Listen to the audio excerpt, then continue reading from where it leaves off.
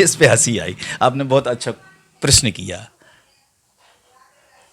सबसे बड़ी बात यह है, एक तो होता है बुद्धिमान। तो बुद्धिमान जो काम करता है, विद्वान जो काम करता है, वो निश्चित रूप से नीतिगत, शास्त्रोक्त अपने क्रियाकलाप, अपने रीति रिवाज, अपने शिष्टाचार, अपना व्यवहार सारा का सारा ठीक करता है। नमस्कार, मैं कमलेश प्रताप विश्वकर्मा ललितपुर जिले के तालबेहट में हूँ और हमारे साथ डॉक्टर हरिश्चंद्र झा जी उपस्थित हैं। समाज की एकता को लेकर समाज कैसे एकत्रित हो, किन कारणों से समाज दूर है, इसके प्रति आपका बड़ा अध्ययन है और आम बातचीत में हमेशा बताया करते हैं। आपका बहुत बहुत स्वागत है विश्वकर्मा किरण में। जी नमस्कार। सभी विश्वकर्मा किरण के श्रोताओं को, बंधुओं को प्रणाम। ये जो सामाजिक विसंगतियां चली आ रही हैं, इसको कैसे दूर किया जाए? सामाजिक विसंगतियों में पहले तो हम यूँ कहें कि प्रारंभ से कुछ गलतियां हुई। हालांकि हमारे जितने भी पूर्वज रहे, बड़े बुजुर्ग रहे, प्रयत्न बहुत किया और करते भी रहे। पिछले समय में इतना साधन मीडिया का नहीं था, आना जाना नहीं था, अपने कामों में, अपने परिवार में व्यस्त रहे। लेकिन आज हमारा जो माध्यम है, आज आप जैसे यहाँ लखनऊ से चल के यहाँ आ गए, आज अपना देश इतना छोटा हो गया है कि आप पल भर में कन्याकुमारी पहुँच सकते हैं और जम्मू कश्मीर पहुँच सकते हैं। तो आज हमारे पास इतना बड़ा संसाधन है, तो निश्चित रूप से हम उसका उपयोग कर सकते हैं। अब जब हम यहाँ वहाँ समाज में जाते हैं तो कहीं शिक्षा का अभाव है, कहीं संकोच है, बोलने की प्रवृत्ति नहीं है, वो उस तरीके से, जिस तरीके से हमारा मस्तिष्क विकास होना चाहिए था, वो हो नहीं पाया। आज आवश्यकता है, ऐसा नहीं है कि विद्वान नहीं है अपने समाज में, उन की जो बुद्धि है, उनकी जो हिचक है, उसको बाहर निकालना है। तो जब सारी बुद्धियां खुल जाती हैं, सारे के सारे पट खुल जाते हैं, तो फिर सब अच्छा अच्छा दिखता है। डॉक्टर साहब, एक आपने मस्तिष्क विकास की बात कही है, इसमें शादी ब्याह को लेकर अब काफ़ी लोग मतलब क्रॉस की बात है, जैसे लौहकार स्वर्णकार के साथ, स्वर्णकार काष्ठकार के साथ, वो ताम्रकार के साथ। लोग कहते हैं कि रोटी बेटी का रिश्ता बनाना चाहिए। जैसे सामान्य ब्राह्मणों, सन्नाट ब्राह्मणों में ऐसा होता, मिश्रा दुबे के साथ, दुबे तिवारी के साथ, तिवारी उपाध्याय के साथ वो करते हैं। इस पर क्या विचार आपका? पहले तो होता रहा होगा, ऐसा नहीं है। पहले क्या होता था कि अपने लोगों में अपने गुण धर्म, जीन्स जिसको आज हम गोत्र कहते हैं, उसको छोड़ के के सारे लोग दूसरे लोगों में ही करते थे। तो अपनी समाज के आप याद करें, क्षत्रियों में तो शादियां कम हुई, आदिकाल से देखें। वैश्यों में कम हुई। सामान्यतः जितने देखें, मनुमय तुष्टा देवक शिल्पी को वशिष्ठ के यहाँ, जैमिनी के यहाँ, कपिल के यहाँ, अलग अलग जितने भी ऋषि मुनि हुए, उनके यहाँ मनुमय तुष्टा देवक शिल्पी की शादियां हुई। तो आप यूं समझें कि जब हम आदिकाल से सारे के सारे हमारे विश्वकर्मा के जो पुत्र कहे जाते हैं, तो वो सारे के सारे की शादियां ब्राह्मण कुल में हुई। अब कमी कहां आ गई, इस बात को देखना है। अब जब पांचों पुत्रों की शादियां हुई, सबके 25-25 पुत्र हुए, 5-5 पुत्र हुए, इतने हो गए, बढ़ते गए, तो अब वो शादी कहां होंगी? या तो अपने लोगों में होंगी, उन गोत्र को, गुण धर्म को छोड़ के, तो निश्चित रूप से वहीं हुई होंगी। आज भी अगर हम शादियां करते हैं तो चलिए, अभी अलग अलग हो रही हैं। जैसे मनु वाले करते हैं, लोहकार जिसको कहते हैं, वो अपने में करते हैं, काष्ठकार अपने में करते हैं, ताम्रकार अपने में करते हैं। तो जितने लोग भी कर रहे हैं, हम अभी अलग नहीं हुए हैं। अगर ऐसी स्थिति होती तो निश्चित रूप से हमें ये सारी की सारी चीज़ें करना चाहिए। हमने पिछली बार आपने चर्चा इस विषय पे की थी, तो हमने कहा था हो रही हैं आज शादियाँ, निश्चित रूप से हो रही हैं। वो आने वाला समय, हमने यही भी कहा था कि आने वाले समय में शायद हम लोग ना देख पाएं, लेकिन हम आपके नाती पोतों की शादियां निश्चित रूप से अपने लोगों में होंगी, क्योंकि फिर गोत्र बढ़ेंगे। भाई हमें अलग अलग गोत्र की चाहिए, तो अपने उसी वर्ण में, अपने उसी वर्ग में शादियां निश्चित रूप से करना पड़ेंगी और होगी।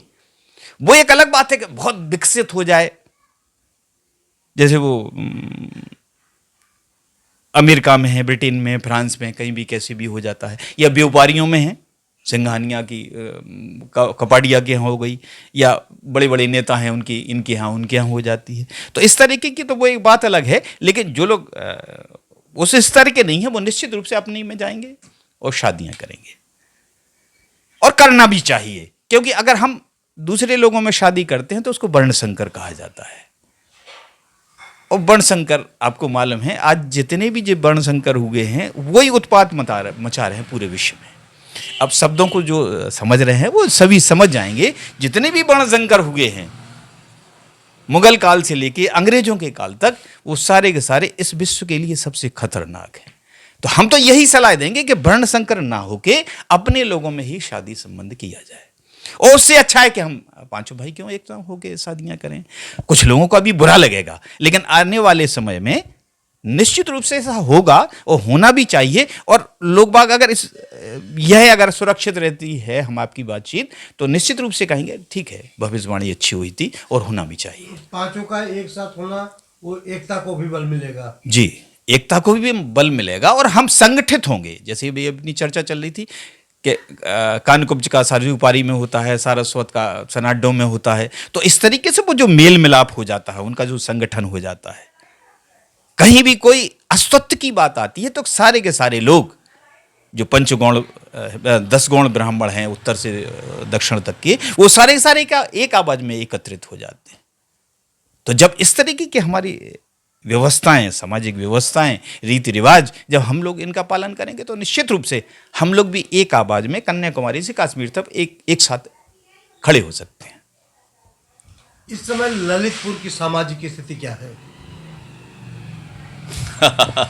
इस पे हंसी आई, आपने बहुत अच्छा प्रश्न किया।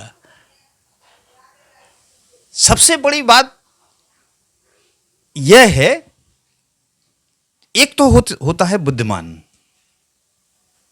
तो बुद्धिमान जो काम करता है, विद्वान जो काम करता है, वो निश्चित रूप से नीतिगत, शास्त्रोक्त अपने क्रियाकलाप, अपने रीति रिवाज, अपने शिष्टाचार, अपना व्यवहार सारा का सारा ठीक करता है। और जो विद्वान होके जिन्हें बुद्धि का अजीर्ण हो जाता है, ऐसे कुछ लोग, विघटनकारी लोग, हम ही, मतलब मैं नहीं, मैं ही, अभी क्या होता है जैसे हम सब आप लोग बैठे हैं तो हम एक साथ उठेंगे, एक साथ काम करेंगे, पांचों भाई एक साथ रहेंगे, हमारा समाज, हमारे रिश्तेदार, हमारा झांसी ललितपुर या हमारा ललितपुर ही, सारे खंड, सारी तहसील, हम सब एकत्रित होकर रहेंगे। हम जहां हम आएगा वहां निश्चित रूप से विकास होगा, विघटन नहीं होगा। और जहां यह आएगा कि मैं ही हूं, मेरी ही बात सभी लोग माने, जिनको यह बुद्धि का अजीर्ण होता है वही समाज को विघटित करता है। और कुछ लोग ऐसे होते हैं, देखिए अब ब्राह्मण था, ब्राह्मण रावण कौन था? ब्रह्मा की तीसरी चौथी संतान, पुलस्त कुल का नाती ब्राह्मण हो गया। ब्राह्मण से क्या हो गया? राक्षस। एक आदमी ने पूरे विश्व को, भारतवर्ष को नहीं, पूरे विश्व को विघटित कर दिया था। तो ऐसे कुछ लोग आज पैदा हो गए हैं। ऐसा नहीं है कि उनका समय नहीं आता। देखिए वो समाज से मानने वाले नहीं है, उनसे जितना कहा जाएगा, जैसे एक पागल होता है, अन्यथा नहीं लेना, जो भी सुन रहे हो मेरी बात, अन्यथा ना लेना, सुनेंगे जरूर आप लोग। तो एक पागल होता है, उससे अगर अच्छी बात करो तो उल्टी बात करता है। तो अगर आप उसको मारेंगे, उसको डांटेंगे, उसको समझाएंगे, तो हो सकता है पत्थर लेके मारे। लेकिन जब उसको आप बैठाल के, एक रोटी खिला के, समझा के, भैया तू बैठ, तो निश्चित रूप से वो आपकी बात मानता है। उससे को बेटा है तुम चिल्लाए मत करे, तो कुछ देर मानेगा, चिल्लाएगा नहीं, पत्थर नहीं मारेगा। तो धीरे धीरे समय ठीक होने लगता है। एक काल होता है, एक काल में क्या होता है, अभी देखिए कोरोना आया था, क्या स्थिति रही पूरे विश्व की, वो भी काल चला गया, अब युद्ध का काल आ गया, आज क्या स्थिति है। समय एक साथ नहीं रहता है, एक से लोग नहीं रहते, लेकिन लोग तो पैदा होते हैं। आज ट्रंप हो गया पैदा, पूरे विश्व को, इस पूरे विश्व को कोरोना काल से सत्यानाश कर दिया, वहां तो हम लोग जीत गए। आने वाले समय में जो ट्रंप ने आज किया है, उससे आने वाले में यूरिया में हमें परेशानी होगी, तेल से परेशानी होगी, गैस से परेशानी होगी, आने वाले समय में भाई साहब आपको अन्न की बहुत परेशानी हो रही है। तो ऐसे जो विघटनकारी तत्व हैं वो समझ जाएं, वो ट्रंप है, मैं बिल्कुल बहुत सख्ती के साथ कह रहा हूं, वो अच्छी तरह से समझ लें, वो ट्रंप से भी खतरनाक हैं और समाज के दुश्मन हैं। उन लोगों को अपनी बुद्धि को ठीक करना चाहिए और अपने समाज के साथ, उन भाइयों के साथ जो आपके रिश्तेदार हैं, जो आपके समाज के लोग हैं, जो हम पांचों भाई आज इकट्ठे होकर इस जिले में रह रहे हैं, मैं उनसे भी कहना चाहता हूं, आप उन्हें अगर छोटा है तो पुत्रवत समझें, बड़ा है तो भाई भ्रातृवत समझें, और जो बूढ़े बुजुर्गों ने पिता तुल्य समझें। अगर इस तरीके से आप लोग कर लेंगे तो हमारा संगठन हो सकता है। आप राजनीति की बातें करते हैं, पूरे हमारा समाज, पूरे ललितपुर का समाज राजनीति की बात करता है। ऐसे करेंगे, कोई नेता आपको खड़ा होने देगा? कोई आपसे पूछेगा कि आइए हम आपको टिकट दे रहे हैं? बड़ी बड़ी बातें करते हैं, राजनीतिक बातें करते हैं ऐसे लोग, शर्म नहीं आती ऐसे लोगों को, गुस्सा आती है ऐसे लोगों पे जो समाज की बात करते हैं, राजनीति की बात करते हैं। वो भाजपा ने हमें ऐसा नहीं दिया, कांग्रेस ने हमें ऐसा नहीं दिया, सपा ने हमारा ये एक कर दिया, सब विश्वकर्मा जयंती पे छुट्टी कर दी, बस उन्हीं की गा रहे हैं। उन्हें, आप लोगों को पता नहीं है किस तरीके से क्या क्या करते हैं वो लोग। कभी इस विषय पर चर्चा फिर करेंगे, लेकिन ऐसे लोगों को समझना चाहिए जो हमारे इस जिला ललितपुर में जहर घोल रहे हैं। उनसे मेरा फिर निवेदन है, फिर अनुरोध है, समझ जाओ भाइयों, नहीं दुर्गति समाज की नहीं होगी, परमात्मा ऊपर बैठा है, वो विश्वकर्मा समाज, सृष्टि का संचालक। यही हम लोग देखने वाले हैं 4-5 वर्ष में। कोई कुछ नहीं करेगा, वो जो कुछ करेगा वो आपको फल देगा। जी डॉक्टर साहब, कुछ ऐसे लोग हो सकते हैं, हमको नहीं पता, लेकिन आपने मैं और हम की बात की है, यानी आई और वी, तो यहाँ V5 पंचरत्न विश्वकर्मा समाज ललितपुर से शुरू हुआ है, इसका भविष्य बताइए। भविष्य बहुत अच्छा है, भविष्य बहुत अच्छा है। देखिए, समाज में, एक समाज में विघटन है तो 20% लोग अलग होंगे, लेकिन 80% तो आज B5 में हैं। सारे के सब हमारे मय के हैं, तुष्टा के हैं, शिल्प के हैं, ताम्र के हैं, देवज्ञ के हैं, स्वर्णकार हैं, सारे के सारे इन लोगों का जो संगठन है, निश्चित रूप से जिला ललितपुर में उज्ज्वल भविष्य है, और निश्चित रूप से यह धीरे धीरे पूरे भारतवर्ष में अवश्य पहुंचेगा। कुछ समय जरूर लगेगा, मेहनत करना पड़ेगी। हमारे अमर भाई जिस तरीके से लगे हैं, लगातार हमारे इस उत्तर प्रदेश में जा रहे हैं, आ रहे हैं, अगर इसी गति से अगर काम करते रहे और इनके साथ अगर और भारतवर्ष के कुछ लोग जुड़ गए तो इस भारतवर्ष में सिर्फ B5 होगा, और इन विश्वकर्मा समाज के 5 पुत्रों का, 5 संतानों का, 5 भाइयों का उज्जवल भविष्य हर क्षेत्र में होगा। डॉक्टर साहब, बातचीत करने के लिए बहुत बहुत धन्यवाद। आपका वक्तव्य सुनकर बहुत अच्छा लगा, हमको लगता है कि हमारे दर्शक भी काफ़ी पसंद करेंगे। बहुत बहुत धन्यवाद। धन्यवाद, बहुत बहुत आपका भी धन्यवाद। आप तालबेट पधारे, इसी तरीके से पधारते रहें। हम लोग अगर कभी लखनऊ आए तो जरूर आपसे मिलेंगे। स्वागत आपका है जी, बहुत बहुत धन्यवाद। सभी पुनः एक बार फिर आपके चैनल को और आपकी निकलने वाली पत्रिका को बहुत बहुत शुभकामनाएं। इसी तरीके से आप अपने कार्य में सफल हो। धन्यवाद।